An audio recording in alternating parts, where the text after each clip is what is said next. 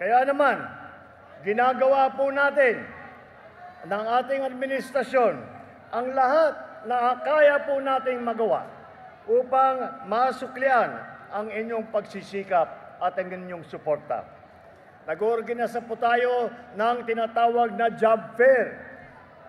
Job fair para sa trabaho sa bagong Pilipinas upang makapagbigay ng mga pagkakataon sa ating mga kababayan.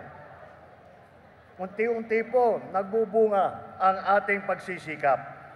Sa buong taon ng 2024, bumaba po ang tinatawag na unemployment rate. Ibig sabihin, yung pong mga manggagawa na hindi makahanap ng trabaho, ngayon po, yan ang pinakamababa na unemployment rate dito sa Pilipinas sa nakaraang 20 taon po. Paglago po naman ng ekonomiya ay ikatlo naman ang Central Luzon. Ang Central Luzon po sa pagbulusok po ng ating ekonomiya, pangatlo po. At tuloy-tuloy dito sa Bulacan, 5.6% ng ekonomiya ang lumaki. 5.6% lumaki ang ekonomiya. Talagang nangunguna ang Bulacan pagka talagang pag tinitingnan po natin kung ano ang mga probinsya, kung ano ang mga rehiyon na nagiging makina po ng mga ekonomiya, hindi lamang sa probinsya ng Bulacan, hindi lamang sa rehiyon, ngunit sa buong Pilipinas. Nagpapagawa rin po tayo ng tinatawag na farm-to-market road, mga post-harvest facility, mga makinarya po para sa ating mga magsasaka, mga traktor po, mga dryer, mga milling machine. Lahat po yan ay ginagawa po natin para ay matiyak natin ng ating magsasaka ay maganda ang kanilang hanap buhay. At bukod pa ron, tinitiyak po natin na lahat po ng Pilipino ay merong kakainin.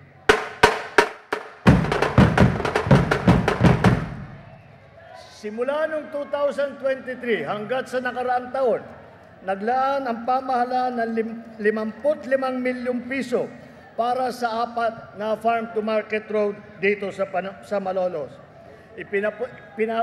Pinatupad din po natin ang ating proyekto sa high-value crop upang maging mas masagana ang ani ng high-value crop mula 2022 po hanggang 2024. Nakapaglunsad na po tayo ng 37 gulayan sa paaralan dito po sa lungsod ng Malolos. Sinisikap po natin na maabot ang 20 piso kada kilo para sa bigas. Mas murang bigas ay mabibiling ngayon sa Kadiwa, para sa ating mga 4P, para sa ating mga senior citizen, para po sa mga PWD at yung mga single parents.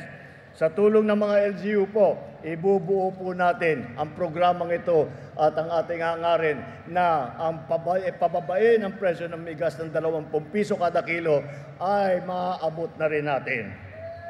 Nitong Marso, tinatayag na nasa 51 bagong urgent care and ambulatory service o BUCAS centers na naitayo sa buong bansa. Ito pong BUCAS center ay dinagdag po natin sa mga ospital para po yung mga maliliit lang na karamdaman ay maaaring magpatingin kaagad kung sino man ang may problema. At ito ay dinagdag po natin dahil po karamihan naman, ang karamihan naman po ay hindi kailangan mag-confine sa ospital. Kaya naman, nasa clinic lang, magtatahi lang ng sugat, o yung bali ng paa, o manganganak, lahat po yan ay kaya naman itong ating mga BUCAS center. Kaya pararamihin po natin ang pararamihin. Dito po sa inyo, nakapagbukas na tayo ng 3 nung BUCAS center na yan. Sa usapang infrastruktura naman, itinatatag natin ang North-South Commuter Railway North 1. Isa itong 38 kilometro na railway line kukonekta sa lungsod ng Malolos patungong Tutuban sa Maynila. Sa kasalukuyan, mahigit 72% na ang nagagawa at asahan po ninyo, matatapos ito siguro mga 4 na taon pa, pero matatapos po ito para maging mas maginhawa ang pagbiyahe ninyo sa inyong mga trabaho at pagsayo pagpupunta ng Maynila. Nakatutok din po tayo sa pagsasagawa ng San Ildefonso, San Miguel Bypass Road na magkokonekta sa mga bayan ng San Ildefonso at San Miguel dito sa Bulacan. Bahagi ang proyektong ito sa pagpapalawig ng Plaridel Bypass Road. Sa ngayon, tinatayag na nasa 77% na ang nagawa at ito po naman ay matatapos na natin Disyembre sa taong ito. Sa tulong ng mga reformang ito, mababawasan ang oras ng biyahe ng mga Pilipino, mas marami na kayong mailalaang panahon para sa inyong sarili at para sa inyong mga pamilya. Kaya naman po ay kagaya ng nabanggit ko po, ito po ay marami po ito ay nagsimula pa lang. Ito mga malalaking proyekto na ito, hindi po natatapos ito ng 1 taon, ng 6 na buwan. Ito, matagalan po ito dahil malalaking proyekto na nakakatulong talaga.